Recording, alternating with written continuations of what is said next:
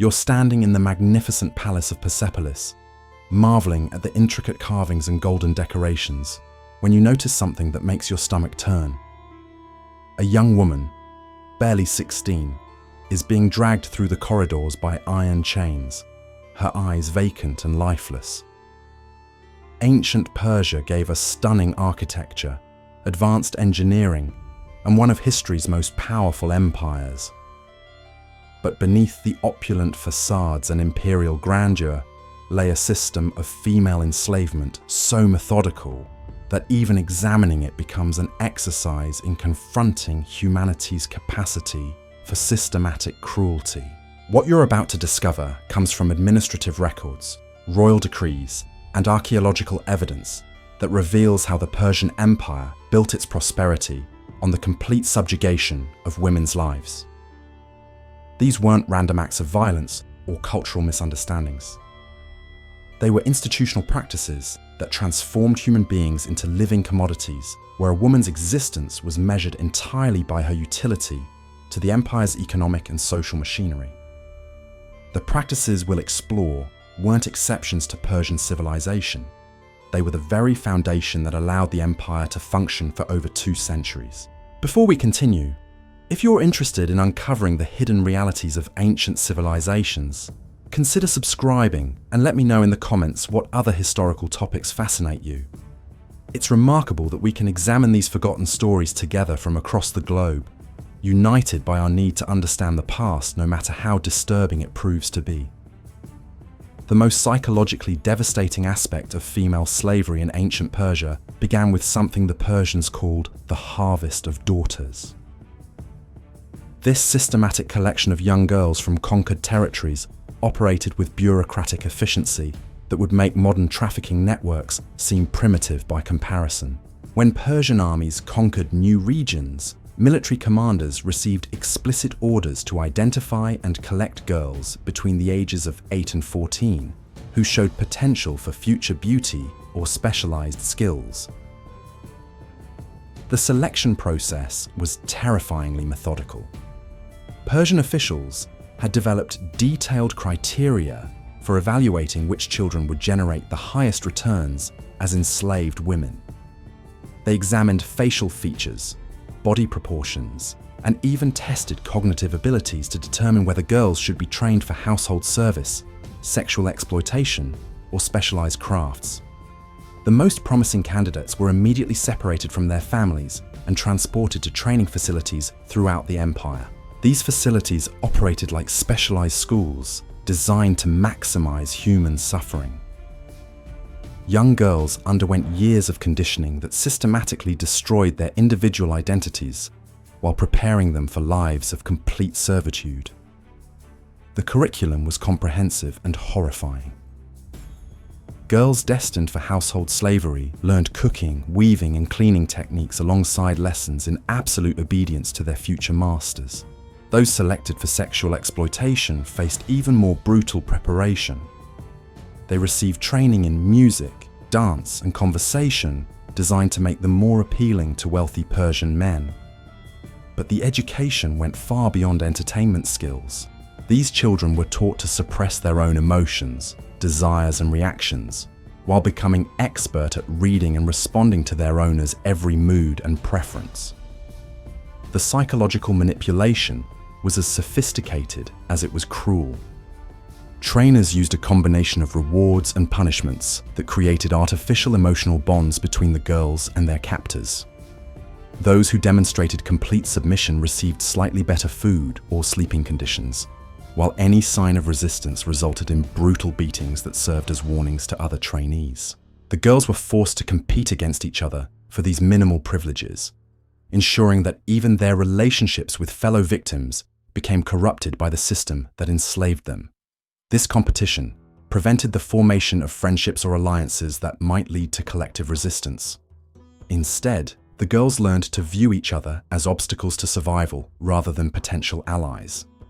Persian administrators maintained detailed records of each girl's progress through the training system. These documents, discovered in archaeological excavations, reveal the calculating nature of this exploitation. Girls were evaluated quarterly on their skills, obedience levels, and physical development. Those who failed to meet standards faced transfer to harsher conditions or outright execution. The economic scale of this system was staggering. Archaeological evidence suggests that female slaves comprised nearly 40% of the workforce in major Persian cities. These weren't prisoners of war serving temporary sentences. They were human beings bought, sold, and traded like livestock in markets that operated openly throughout the empire. The slave markets themselves functioned with commercial efficiency that rivaled legitimate trade networks. Women were categorized by age, appearance, skills, and sexual experience, with prices fluctuating based on supply and demand from different regions of the empire. Dealers specialized in different types of enslaved women, with some focusing exclusively on young girls trained for sexual service, while others dealt in older women skilled in domestic crafts. The purchasing process reveals the systematic dehumanization at the heart of Persian society. Potential buyers examined female slaves like livestock, checking teeth for signs of health, inspecting bodies for scars or defects, and testing their responsiveness to commands. Women were forced to demonstrate their skills for crowds of men who discussed their capabilities as openly as they might evaluate horses or cattle. The most valuable slaves were those who could serve multiple functions within a household. A woman who could weave fine textiles, prepare elaborate meals, and satisfy her master's sexual demands commanded prices that exceeded the annual income of most free citizens. This economic logic created a nightmare where women had to excel in domestic arts alongside sexual techniques, knowing that inadequacy in any area could result in sale to worse conditions. The breeding programs established by wealthy Persian families added another dimension of horror to this system. Some households operated what can only be described as human breeding facilities, selecting female slaves with desirable traits and forcing them to reproduce with male slaves chosen for complementary characteristics. The children born from these unions belonged entirely to the household owner, who could sell them, kill them, or raise them for specific roles within the domestic hierarchy. Female slaves who became pregnant faced impossible situations that they had no power to influence. Masters typically forced abortions using dangerous methods because pregnancy interfered with a woman's usefulness for labor and sexual service. The procedures involved toxic herbs, physical trauma, and crude instruments that frequently caused permanent damage or death. When children were allowed to be born, they faced immediate separation from their mothers. Slave women were forbidden from forming emotional attachments to their offspring, who were considered property of the household rather than their children. Mothers who showed excessive concern for their babies faced brutal punishment designed to sever these natural bonds completely. The systematic disposal of unwanted slave children reveals the complete moral collapse underlying Persian imperial power. Infant slaves were routinely killed through exposure, strangulation, or deliberate neglect when their owners deemed them economically unviable. Female children faced particular vulnerability because Persian society considered them less valuable than males for most forms of productive labor. The methods used to eliminate these children were as calculated as they were brutal. Newborns were often left in designated areas outside major cities, where wild animals would dispose of the evidence. Others were thrown into rivers or buried alive in mass graves that archaeologists continue to discover throughout former Persian territories. The scale of infanticide was so extensive that some regions developed specialized disposal sites where hundreds of tiny skeletons have been unearthed. Persian households had developed elaborate justifications for these practices that allowed free citizens to participate in systematic murder without questioning their moral character. Religious leaders argued that slave children lacked souls in the same way that free Persian children possessed them, making their elimination no different from disposing of damaged property or sick livestock. The legal framework supporting female slavery created a nightmare of institutionalized abuse that extended far beyond individual households. Persian law explicitly defined enslaved women as property rather than people, stripping them of any legal protections or rights that might limit their exploitation. They could not own possessions, enter agreements, or provide testimony in legal proceedings, except under torture. The requirement for torture testimony reveals the sadistic logic underlying Persian judicial practices. When slave women were called to testify in court cases, they were suspended from wooden frames and whipped while giving their statements. Persian legal scholars believed that enslaved people would only tell the truth under extreme physical duress, so pain became a prerequisite for participation in the justice system.